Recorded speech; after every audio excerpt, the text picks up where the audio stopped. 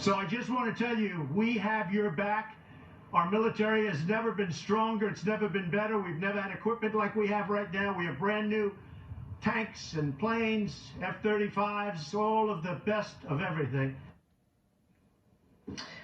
Well, President Trump talked about his high approval rating among our great American heroes, citing a recent poll showing him with 92% approval with the GOP veterans. And the Director of National Intelligence reveals startling new details about the Russian collusion hoax against President Trump. One America's Pearson Sharp explains.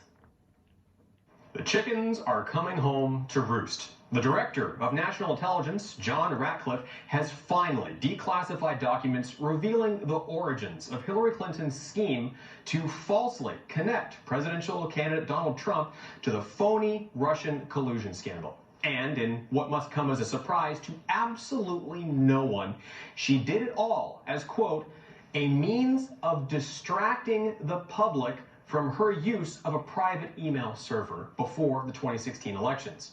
That's a direct quote from former CIA Director John Brennan himself.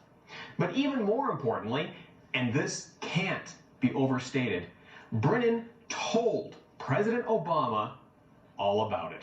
I think John Brennan has turned out to be such a partisan, such a sort of vituperative critic of the president, and I do really am concerned about having so many people now in the intelligence community that have come out with real partisan views while they're at work. I mean, when people are plotting at work to try to prevent President Trump from being president, that's a problem. So to boil it down, the former president of the United States knew that the CIA, the FBI, and other top officials who worked for him were conspiring to sabotage a presidential candidate, undermining the democratic election process. This is huge. Remember, President Trump has been exonerated from any connection to the Russian collusion hoax. It's official. Robert Mueller couldn't find anything on Trump even after years of digging. This should be all the ammunition lawmakers need to go after everyone in the Obama camp and bring them up on criminal charges, to say nothing of conspiracy.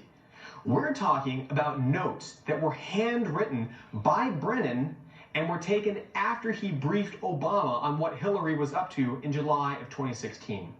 The notes specifically state that Hillary Clinton approved a, quote, proposal from one of her foreign policy advisors to vilify Donald Trump by stirring up a scandal claiming interference by the Russian security service. What else do you need? You have it right here in writing. The entire Russian collusion scandal was manufactured by Obama's people.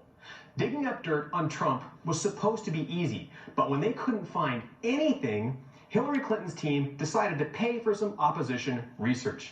Hillary said jump, and the DNC hired Perkins Coie, who hired Fusion GPS, who hired Christopher Steele. A former British intelligence officer, Steele Doug, put together his findings and handed them over to the FBI in what's now known as the infamous dossier. The problem is, the dossier is totally unverified, and those who have seen it say less than 30% of it is even true, and none of that has anything to do with President Trump. Despite this, the dossier does actually reveal at least one clear case of collusion. Not between President Trump and Russia, however, but between Hillary Clinton, the DNC, and the FBI, all to prevent President Trump from getting elected. Well, it's very scary, right? The federal government's not supposed to be able to spy on American citizens without a very, very good reason. And that's why there's supposed to be this protection with the FISA court and a very rigorous process for getting a warrant. So to be clear, Hillary's team paid for a foreign agent to dig up dirt on Trump to prove that Trump was using a foreign agent to dig up dirt on Hillary. What's more, all of this is based on a dossier that James Comey called both salacious and unverified. And guess who signed the FISA warrants for Carter Page, who was an outlying campaign member who had very little to do with Trump's election? That's right. James Comey, Andrew McCabe, Sally Yates, and Dana Bunte, another Obama appointee. We now have evidence that Russian agents were paid for by a campaign.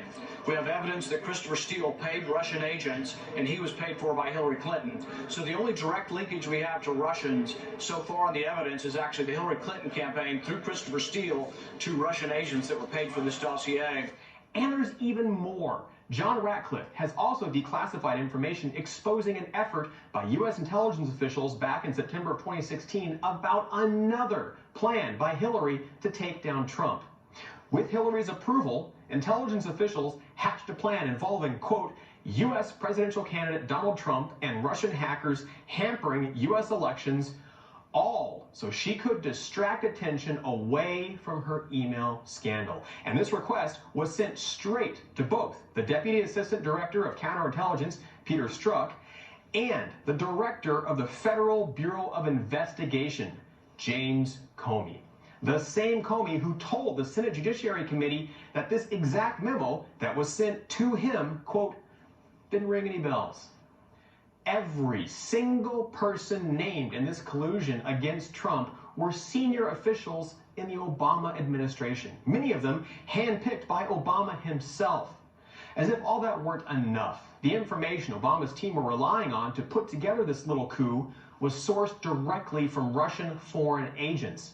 That's from Attorney General William Barr, who sent a letter to Senator Lindsey Graham explaining the FBI knew the primary source for the intel was even under investigation by the FBI itself for ties to Russian intelligence agents. Unfortunately, it wasn't the Russian government that was doing this. It was the U.S. government, in terms of the hacking. Number one was seen on the, with this illegitimate FISA warrant.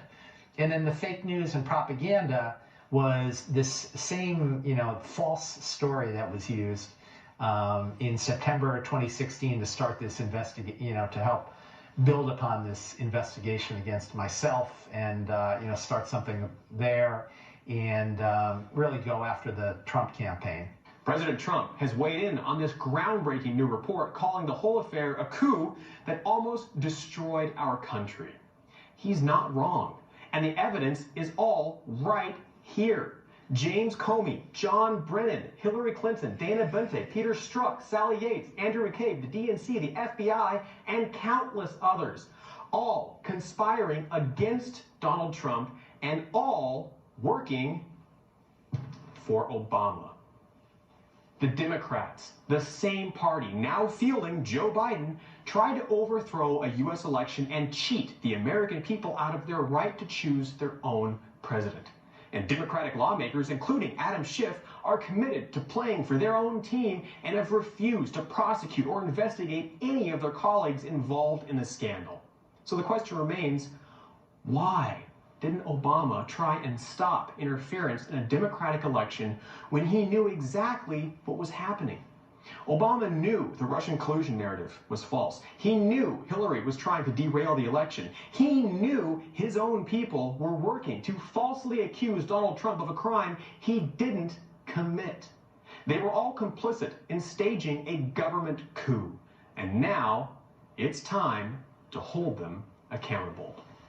For One American News, I'm Pearson Sharp. Still ahead this hour.